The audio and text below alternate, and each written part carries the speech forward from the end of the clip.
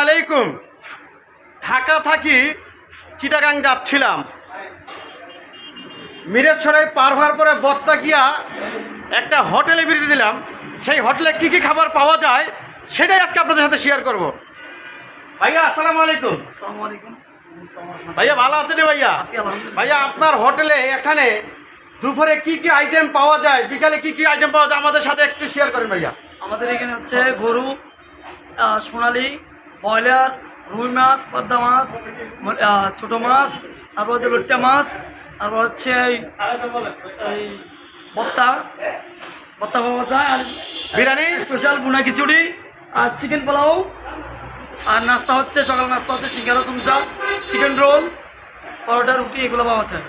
সবাই ঢাকা টু কক্সবাজার গেলে বত্তা গিয়া হাতের বামে সবাই এই হোটেলে খেয়ে যাবেন, একবার খাবারটা টেস্ট করে যাবেন। আমরা খাচ্ছি, আমি ঢাকা থেকে পেঁয়াজ গাড়ি নিয়ে আসছি। সবাই ভিডিওটা শেয়ার করবেন। আল্লাহ হাফেজ। আসসালামু আলাইকুম।